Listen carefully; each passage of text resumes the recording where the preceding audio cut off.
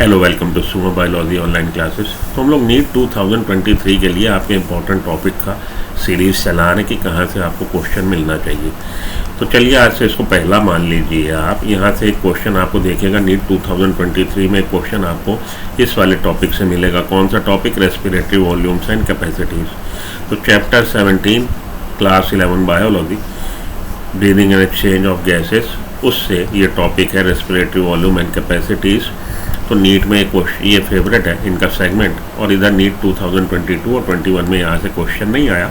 Most probably इस बार आपको question यहाँ से मिलना चाहिए। ठीक है, तो रेस्पिरेटरी वॉल्यूम्स एंड कैपेसिटीज़ को हम लोग पढ़ते हैं। चलिए, तो सबसे पहले तो जानिए रेस्पिरेटरी वॉल्यूम्स हैं क्या, किसको बता रहा है ये रेस्पिरेटरी वॉल्यूम्स, बता क्या रहा। तो amount of air, the quantities of air the lungs can receive, hold और एक्सपेल अंडर डिफरेंट कंडीशंस। तो बेसिकली ये रेस्पिरेटरी वॉल्यूम्स हैं क्या, ये बता रहा है क्वांटिटी ऑफ एयर और amount of air lungs can receive, hold और एक्सपेल अंडर डिफरेंट कंडीशंस, अलग अलग कंडीशन में, नॉर्मल कंडीशन में भी, या आप बहुत ज़्यादा फिजिकल एक्सरसाइज करना एक्साइटेड है, जब आपको एक्स्ट्रा ऑर्डनरी आप एफर्ट करके ब्रीदिंग को अपनी डेप्थ में ले जाते हैं, या ओवर आप ब्रीथ करते हैं, तो आप एफर्टली ब्रीथ करते हैं, अपने लंग्स को इन्फ्लेट करते हैं एक्सट्रीम लेवल पे। मानिए आप अपना CDS का एग्ज़ाम देने गए, फिज़िकल एग्ज़ाम हो रहा है, तो आपको फिज़िकल एग्जामिनेशन में वो कहेंगे जी चेस्ट फुला के दिखाओ, तो आप एफर्ट डाल के चेस्ट अपनी एक्सपेंड करोगे, तो वहाँ पे जो वॉल्यूम होगा वो डिफरेंट हो जाएगा। नॉर्मल कंडीशन में जो आप वॉल्यूम एयर का ब्रीद इन ब्रीद आउट कर रहे हो वो डिफरेंट है। तो कॉम्बिनेशन ऑफ 2 और मोर पल्मोनरी वॉल्यूम्स और कैपेसिटीज देगा। तो पल्मोनरी वॉल्यूम्स और कैपेसिटीज समझ गए। Pulmonary volumes, the amount of air that in different conditions the lungs can hold, expel, breathe in और ब्रीद आउट कर सके, वो होगा आपका पल्मोनरी वॉल्यूम्स। और कॉम्बिनेशन ऑफ 2 और मोर पल्मोनरी वॉल्यूम्स और कैपेसिटीज बता रहा। तो सबसे पहला हमारा वॉल्यूम है tidal volume, volume of air inspired और expired during a normal aspiration. Normal aspiration में कितना अमाउंट ऑफ एयर जो आपने इंस्पायर किया उतना ही एक्सपायर करेंगे, इंस्पायर एक्सपायर। तो इंस्पिरेशन एक्सपिरेशन में जो अमाउंट ऑफ एयर आप ब्रीद इन ब्रीद आउट कर रहे हो वो कहलाएगा टाइडल वॉल्यूम। तो अप्रॉक्सीमेटली ये 500 ml होता है। ठीक है जी, अप्रॉक्सीमेटली ये 500 ml होता है। और पर्सन 1 मिनट में कितनी बार सांस लेता है? पर्सन 1 मिनट में आपका 12 to 16 टाइम्स ब्रीद करता है। 1 मिनट में जो ब्रीदिंग की फ्रीक्वेंसी है 12 to 16 टाइम ब्रीथ करता है। तो इस हिसाब से 6000 से 8000, 6000 to 8000 ml ऑफ एयर पर मिनट वो ब्रीद इन और ब्रीद आउट करता है। ठीक है, नॉर्मल कंडीशन में, क्योंकि 500 एक बार में कर रहा 500 ml, तो आप इसको मल्टीप्लिकेशन कर लीजिए 12 और 16 से, तो 6000 to 8000 आ जाएगा। इंस्पिरेटरी रिजर्व वॉल्यूम पे आइए। तो ये वो अमाउंट ऑफ एयर का है जब नॉर्मल इंस्पिरेशन के बाद, नॉर्मल इंस्पिरेशन मतलब 500 ml हवा अंदर खींचने के बाद कह लीजिए, नॉर्मल इंस्पिरेशन के बाद जब आप एफर्ट डाल के जो अमाउंट ऑफ एयर आप ब्रीद इन कर सकते हैं वो कहलाएगा इंस्पिरेटरी रिजर्व वॉल्यूम। अतिरिक्त वॉल्यूम एयर का, a person can inspire by a forceful inspiration, this is called inspiratory reserve volume, inspiration reserve volume, and the average is 2500 ml to 3000 ml। ठीक है जी, तो हम लोग अब तक टाइडल वॉल्यूम पढ़ लिया और इंस्पायरेशन रिजर्व वॉल्यूम पढ़ लिया। एक्सपायरेटरी रिजर्व वॉल्यूम क्या है? Additional amount of air a person can expire by forceful expiration. तो आपने जब normal breathe in breathe out, breathe in breathe out, breathe in breathe out, उसके बाद आप फोर्सफुल कि आज मैं अपने फेफड़े खाली कर दूंगा, मुझे बहुत गुस्सा आ रहा, आप बहुत ताकत से एक्सपिरेशन करते हैं, तो जितना आप extra amount of air breathe out कर सकते हैं वो कहलाएगा एक्सपायरेटरी रिजर्व वॉल्यूम। इसका एवरेज है 1000 ml to 11000 ml।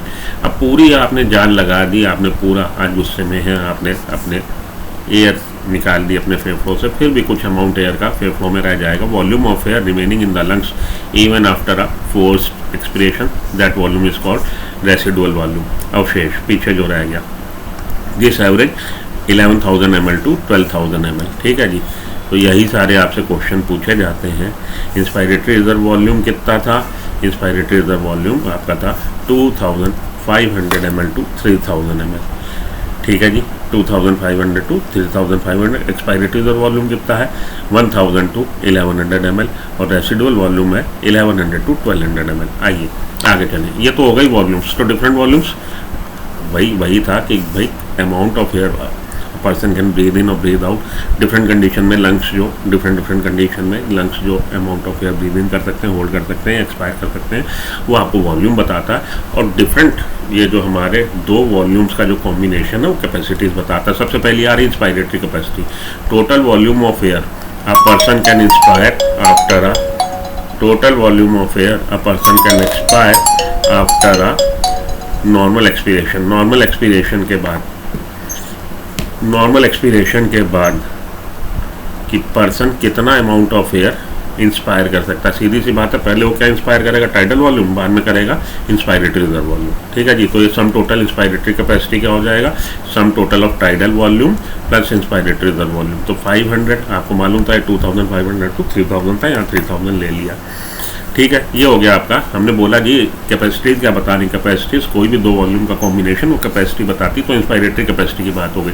अब आइए एक्सपायरेटरी कैपेसिटी की। तो ये एक्सपायरेटरी कैपेसिटी क्या है, जब आप एक बार नॉर्मल इंस्पिरेशन कर लेते हैं, नॉर्मल इंस्पिरेशन करने के बाद आप टोटल अमाउंट ऑफ एयर जो ब्रीद आउट कर सकते हैं, अब आप सबसे पहले क्या ब्रीद आउट करेंगे, टाइडल वॉल्यूम। टाइडल वॉल्यूम यहाँ पे आने के बाद अब आपने फोर्स लगा दी, पूरी जान लगा दी गुस्से में आप कि आज मैं अपने लंग्स खाली कर दूंगा, तो जितना amount of air you can breathe out वो क्या था, एक्सपायरेटरी रिजर्व वॉल्यूम। तो ये क्या हो जाएगा, एक्सपायरेटरी कैपेसिटी हो जाएगी tidal volume plus expiratory reserve volume. Tidal volume कितना था 500 ml, एक्सपायरेटरी रिजर्व वॉल्यूम कितना था, एक्सपायरेटरी रिजर्व वॉल्यूम था हमारा 1000 टू 1100। यहाँ पे 1100 हमने ले लिया है आपको समझाने के लिए। ठीक है जी। एक्सपायरेटरी रिजर्व वॉल्यूम कितना था जी, एक्सपायरेटरी रिजर्व वॉल्यूम ये देख लीजिए 1000 टू 1100 था। तो एक्सपायरेटरी कैपेसिटी जब हमने कैपेसिटी को जब हमने मतलब उसको फार्मूलेट किया है, तब इसकी एक्सट्रीम वैल्यू को एक तरह से आपको समझाने के लिए यहाँ पे लिख दिया है। फंक्शनल रेसिडुअल वॉल्यूम पे आइए, फंक्शनल रेसिडुअल कैपेसिटी पे आते हैं। Volume of air that will remain in the lungs after a normal expiration. Normal expiration के बाद volume of air that remains in the lung, वो क्या है, फंक्शनल रेसिडुअल कैपेसिटी।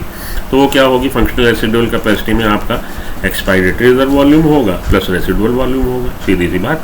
तो expiratory reserve volume plus residual volume क्या बता रहा हमको, फंक्शनल रेसिडुअल कैपेसिटी बता रहा। और इसकी आपको वैल्यूज़ जो है, वैल्यूज़ पता है, वैल्यू आप पुट कर सकते हैं। वाइटल कैपेसिटी पे आइए। वाइटल कैपेसिटी क्या है, vital capacity the maximum volume of air a person can breathe in after a force expiration.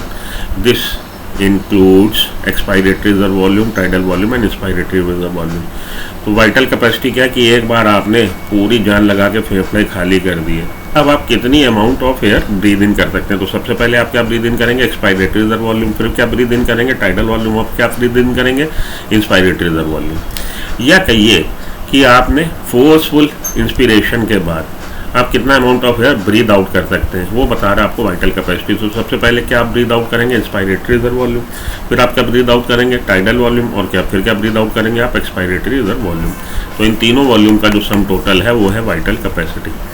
ठीक, ये हो गया वाइटल कैपेसिटी। अब आप आइए आखिरी वाले पे, the portion of air which remains in the respiratory tract is called anatomical dead space. ये आपके एनसीईआरटी में नहीं दे रखा। कुछ पोर्शन आपका कहाँ रह जाता है, जब आप ब्रीद इन करते हैं वो एनाटॉमिकल डेड स्पेस में रह जाता है, रेस्पिरेटरी ट्रैक में रह जाता है, जो अवेलेबल नहीं है आपके एक्सचेंज ऑफ गैसेस के लिए। उसको हम लोग क्या बोलेंगे, उसको हम लोग एनाटॉमिकल डेड स्पेस बोलेंगे। वॉल्यूम, इसका वॉल्यूम कितना है, वैल्यू कितनी, 150 ml।